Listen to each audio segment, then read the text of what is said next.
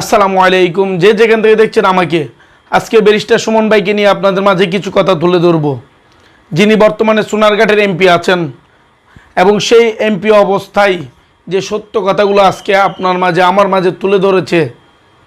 বিগত কোনো এমপি স্বাধীনতার বয়সের পর থেকে এই দেশের কেউ কোনো সত্য কথা তুলে ধরে নাই, কিন্তু ব্যারিস্টার সুমন ভাই সত্য কথাগুলো তুলে ধরেছে। সোনারঘাট যে শব্দটি আজকে আমরা উচ্চারণ করতেছি, সিলেটের মধ্যে একটি সোনারঘাট এলাকা আছে, সেটা আমরা জানতাম না, কিন্তু এখন আমরা জানি, কারণ ব্যারিস্টার সুমন ভাইয়ের জন্য। এবং উনি যে সত্য কথাগুলো তুলে ধরেছে, স্বাধীনতার বয়সের পর থেকে যত এমপি সংসদে ঢুকেছে কেউ সত্য কথা তুলে ধরে নাই, কিন্তু উনি সত্য কথাগুলো তুলে ধরেছে। এবং একজন এমপির বেতন 1,73,000 টাকা।